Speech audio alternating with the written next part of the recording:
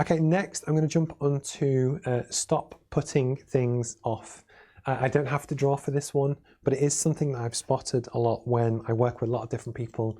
And again, just on the course, and everyone's at their own kind of journey, is that one of the classic worries, and I'm not immune to this as well, is that everyone generally is a bit of a perfectionist. We all want our things to be perfect before we show it to the world. And in lots of different books, like this one called The Lean Startup, what they talk about is how you actually want to get your product or service out to market as quick as you can, get people to use it, learn from it, improve it, etc. And I've been there. It's part of the reason why I'm doing this now. This is part of my learning curve. And actually, there's a really great organization which called the Marketing Meetups. If you Google that, there's a guy called Joe Glover that runs it. But they do really interesting talks every Tuesday with generally about marketing. But there was a guy who was involved with Fiverr, and Fiverr is a online marketing platform where you can kind of hire freelancers.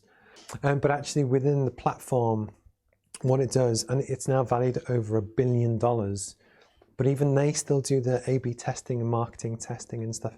And the point is, it doesn't matter how big your company gets, it's really important to keep going, keep learning, and almost not put things off.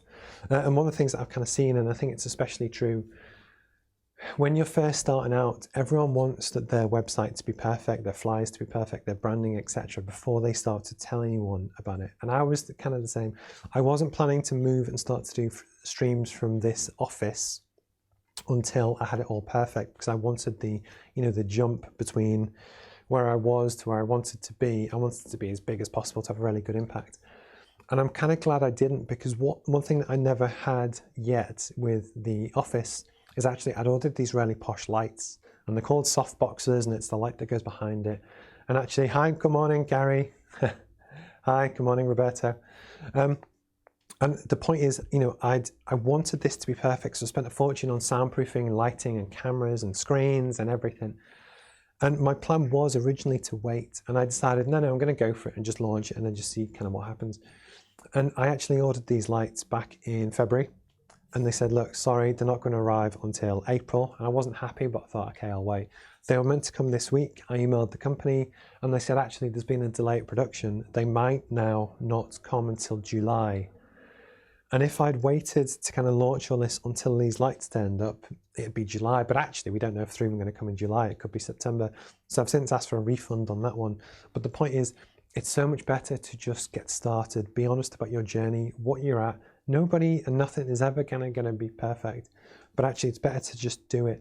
So I'm going to politely encourage back some of the people, the first person and people that were on the course. I'd love to get more Q&A and actually live guests on these live streams to talk through their businesses, what they're doing, but actually give them a chance to help promote what they're kind of doing. But there's always a desire to put it off until things are more ready, and I don't believe you should do that.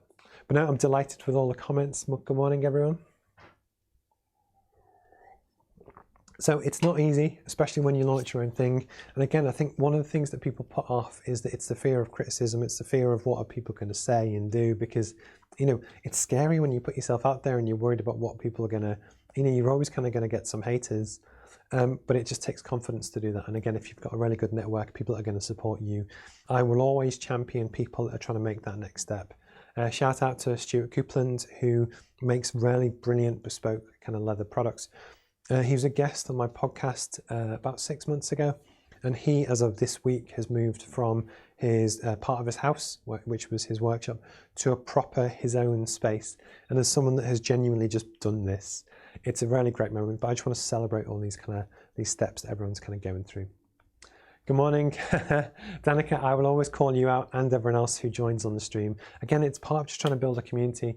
And again, Danica, brilliant copywriter. Get in touch. And Danica, do a plug in the comments if you wish. I won't kill you for that.